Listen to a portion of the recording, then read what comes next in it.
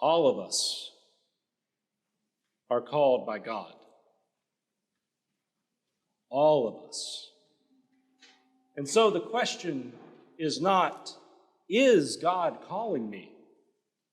But to what is God calling me? And that's the hard part. It's hard to listen.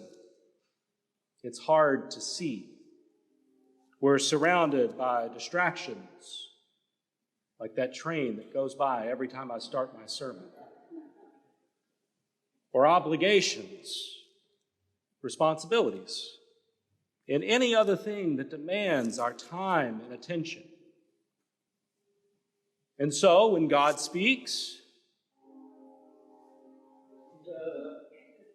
we more often than not don't hear. And on occasion we might hear, but not listen. We want to know better. We want to do what we want to do. And sometimes God calls us to things that are unknown, scary, new. Sometimes we're called to things, places, or people, and we don't know if we'll be successful or liked or loved. I have to imagine those first disciples whom Jesus called felt this. Andrew and Peter, James and John were fishermen, and the text tells us they immediately left and followed him. The text also shows us the disciples just not getting it throughout Jesus' ministry. These were not learned men. They weren't theologians, they weren't philosophers or scribes or Pharisees or rabbis. They were fishermen.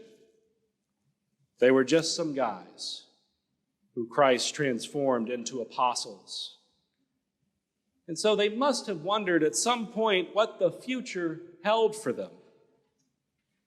It takes real courage to step out of what is comfortable into something new. You can fail. You can be wrong. You can be rejected. And in all likelihood, these things will happen. But when you shift the focus of your vision to Christ, when you become, as St. Paul said today, united in the same mind and same purpose, your failure becomes just another stop in the road to the kingdom. So you failed, you came up short, you didn't meet the goal, you didn't make the cut. Okay. That can be painful, it can hurt. But what's next? Where is God calling you now? Or do you think God isn't always looking for ways to include you in his plan of salvation?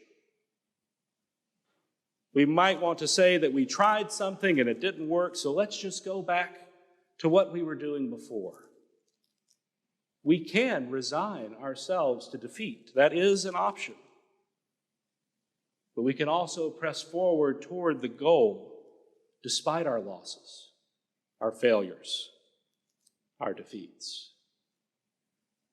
Because if there is anything that we can learn from the apostles, from these fishermen, it's that God will take anyone who is willing and make them an instrument of his kingdom.